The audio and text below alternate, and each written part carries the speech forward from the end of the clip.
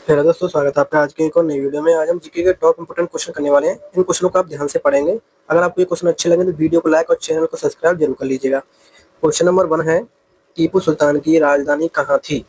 टीपू सुल्तान की राजधानी श्रीरंगपट्टनम थी। ऑप्शन नंबर सी इस क्वेश्चन का राइट आंसर हो जाएगा।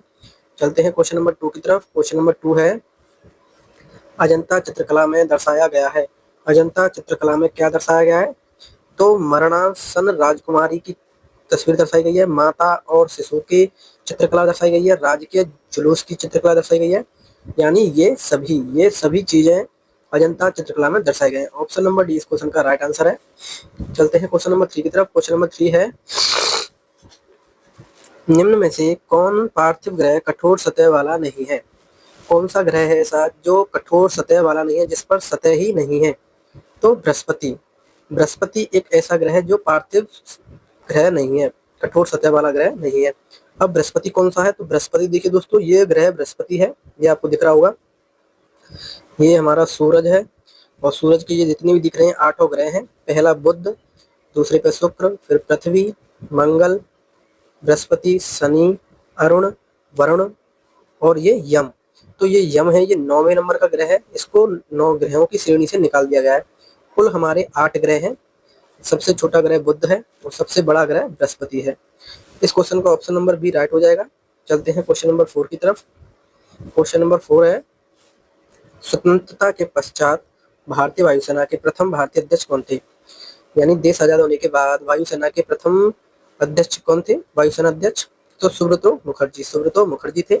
ऑप्शन नंबर सी इस क्वेश्चन का राइट आंसर हो जाएगा। चलते हैं क्वेश्चन नंबर 5 की तरफ। क्वेश्चन नंबर 5 है, पीओएस का विस्तारित रूप क्या है? पीओएस की फुल फॉर्म है point of sales. Option number B इस क्वेश्चन का राइट आंसर हो जाएगा।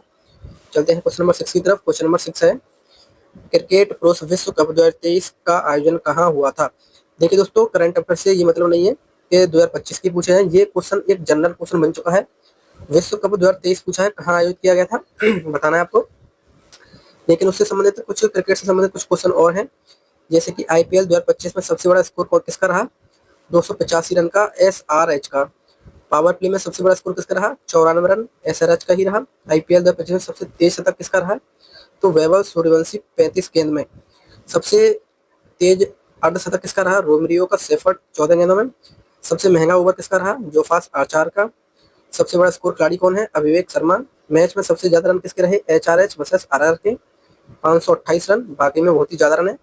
सबसे ज्यादा छक्के किसने लगाए? तो एसआरएच वर्सेस आरआर की दोनों टीमों ने 30 छक्के लगाए। सबसे लंबा छक्का किसका था? रविंद्र जडेजा का था, 109 मीटर का।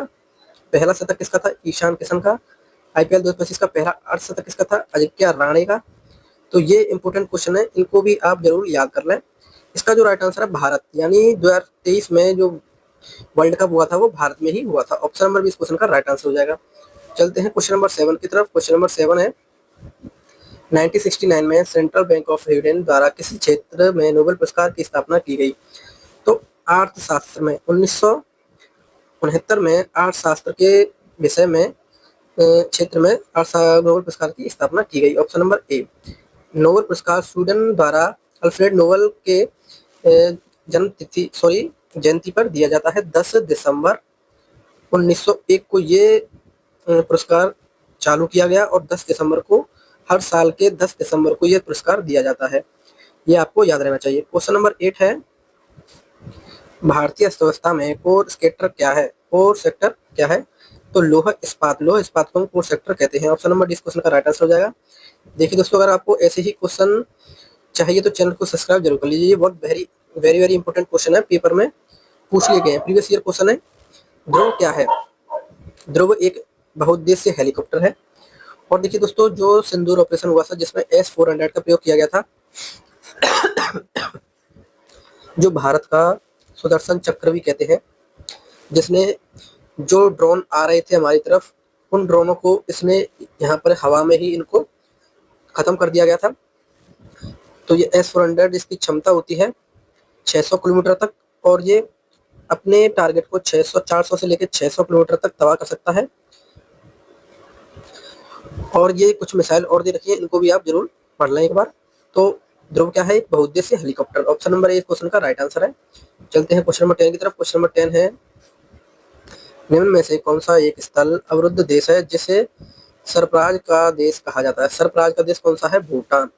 ऑप्शन नंबर सी इस क्वेश्चन का राइट आंसर है। चलते हैं क्वेश्चन नंबर 11 की तरफ। क्वेश्चन नंबर 11 है, विश्व मानव अधिकार दिवस कब मनाया जाता है? देखिए दोस्तों, ये क्वेश्चन हाल ही के यूपी पुलिस के पेपर में पूछा गया है और इसी टॉपिक से कई क्वेश्चन पूछे गए थे मानव अधिकार दिवस के ऊपर।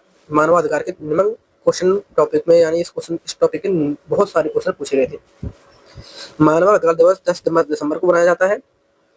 अब प्रमुख दिवस पढ़ेंगे। 12 जनवरी को राष्ट्रीय युवा दिवस, 15 जनवरी को भारतीय सेना दिवस, 26 जनवरी को गणतंत्र दिवस, 28 फरवरी को राष्ट्रीय विज्ञान दिवस, 8 मार्च को अंतर्राष्ट्रीय महिला दिवस, 15 मार्च को विश्व उपभोक्ता दिवस, 22 मार्च को जल दिवस, 7 अप्रैल को विश्व स्वास्थ्य दिवस, 22 अप्रैल को पृथ्वी दिवस, 1 मई को श्रमिक दिवस। और ये कुछ इंपोर्टेंट दिवस लिखे, इनको भी आप एक बार जरूर से जरूर पढ़ लें या इनका स्क्रीनशॉट खींच लें तो अच्छा रहेगा। चलते हैं क्वेश्चन नंबर 12 की तरफ। क्वेश्चन नंबर 12 है, चतुर्थ स्तंभ फोर्थ स्टेट शब्द निम्न में से किसे दर्शाता है? तो चतुर्थ स्तंभ प्रेस तथा समाचार पत्र को दर्शाता है। पहला आपका होती है न्यायपालिका, फिर कार्यपालिका, उसके बाद न्यायपालिका हो गई, कार्यपालिका हो गई, एक और होती है दोस्तों, वो मुझे थोड़ा याद नहीं आ रही है। न्यायपालिका, कार्यपालिका एक कानून व्यवस्था होती है और चौथा होती है आपकी प्रेस व्यवस्था। तो ऑप्शन नंबर डी इस क्वेश्चन का राइट आंसर हो जाएगा। चलते हैं क्वेश्चन नंबर 13 की तरफ। क्वेश्चन नंबर 13 है, अंतर्राष्ट्रीय मुद्रा कोष IMF का मुख्यालय कहाँ स्थित है? तो IMF का मुख्यालय वॉशिंगटन DC में है। ऑप्शन नंबर सी इस क्वेश्चन का राइट आंसर हो जाएगा। आप देखिए, कुछ अंतर्राष्ट्रीय संगठन मुख्यालय और दे रखे हैं, ये डायग्राम में पढ़ेंगे। नाटो का कहाँ पर है? ब्रुसेल्स बेल्जियम में। यूनिसेफ का कहाँ पर है? न्यूयॉर्क में। अंतर्राष्ट्रीय ओलंपिक समिति IOS का मुख्यालय ब्रुसेल में। विश्व स्वास्थ्य WHO का मुख्यालय जिनेवा में। अंतर्राष्ट्रीय न्यायालय का द हेग नीदरलैंड में। अंतर्राष्ट्रीय सौर संगठन ISA का मुख्यालय गुरुग्राम भारत में। अंतर्राष्ट्रीय मुद्रा कोष IMF वॉशिंगटन DC में। संयुक्त राष्ट्र यानी UN का मुख्यालय न्यूयॉर्क में। ये इंपोर्टेंट मुख्यालय है, इनको आप जरूर याद कर लें।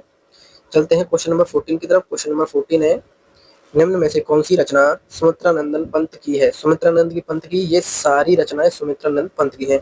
ग्राम्य, Pallav, Chidambara. Option number D इस क्वेश्चन का राइट आंसर हो जाएगा। चलते हैं क्वेश्चन नंबर 15 की तरफ। क्वेश्चन नंबर 15 है, बुल फाइटिंग किस देश का राष्ट्र खेल है? बुल फाइटिंग स्पेन का यह राष्ट्रीय खेल है।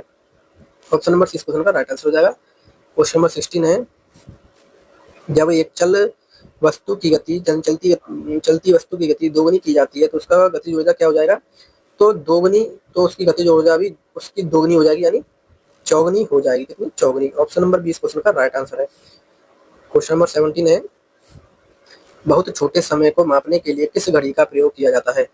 तो आणविक घड़ी का प्रयोग किया जाता है बहुत छोटे समय को मापने के लिए। अब कुछ यंत्र और हैं जिससे हम कुछ चीजें मापते हैं। अल्टीमीटर से ऊंचाई मापक, एनोमीटर से हम वायु के बल का तथा गति मापते हैं, ऑडियोमीटर से हम आवाज मापते हैं, बेरोग्राफ से दाब मापते हैं, साइक्लोट्रॉन से कृत्रिम मौसम की जांच करते हैं, फेरोमीटर से समुद्र की गहराई मापते हैं, पायरोमीटर से उच्च तापमान को मापते हैं, पॉलीग्राफ से लाइट वेक्टर को मापते हैं, स्पेक्ट्रोमीटर से हम रक्तचाप मापते हैं और वेंचुरीमीटर से ध्रुव के प्रभाव की दूरी ज्ञात करते हैं। तो ये कुछ इंपोर्टेंट है, इनको आप जरूर से जरूर याद कर लें। इस क्वेश्चन का जो राइट आंसर है ऑप्शन नंबर सी।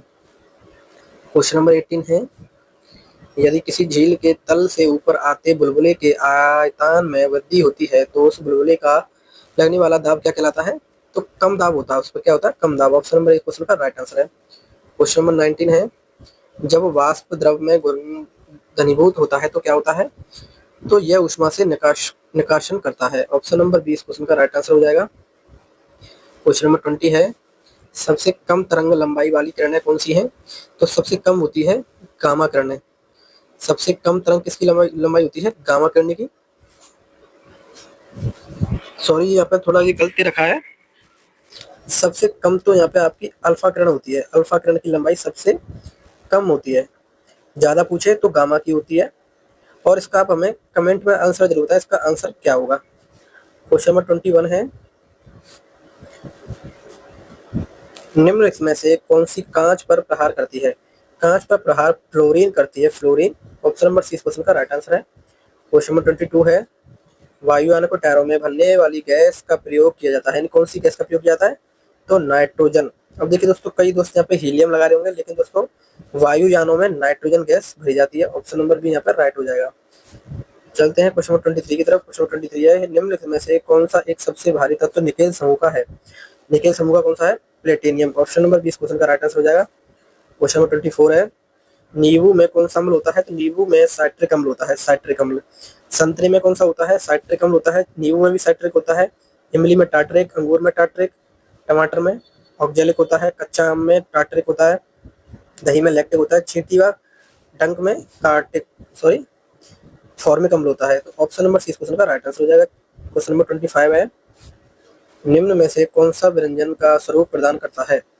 तो क्लोरीन एक व्यंजन का स्वरूप प्रदान करता है। ऑप्शन नंबर डी इस क्वेश्चन का राइट आंसर हो जाएगा। क्वेश्चन नंबर 26 है, आधुनिक एंटीसेप्टिक सर्जरी का जनक कौन है?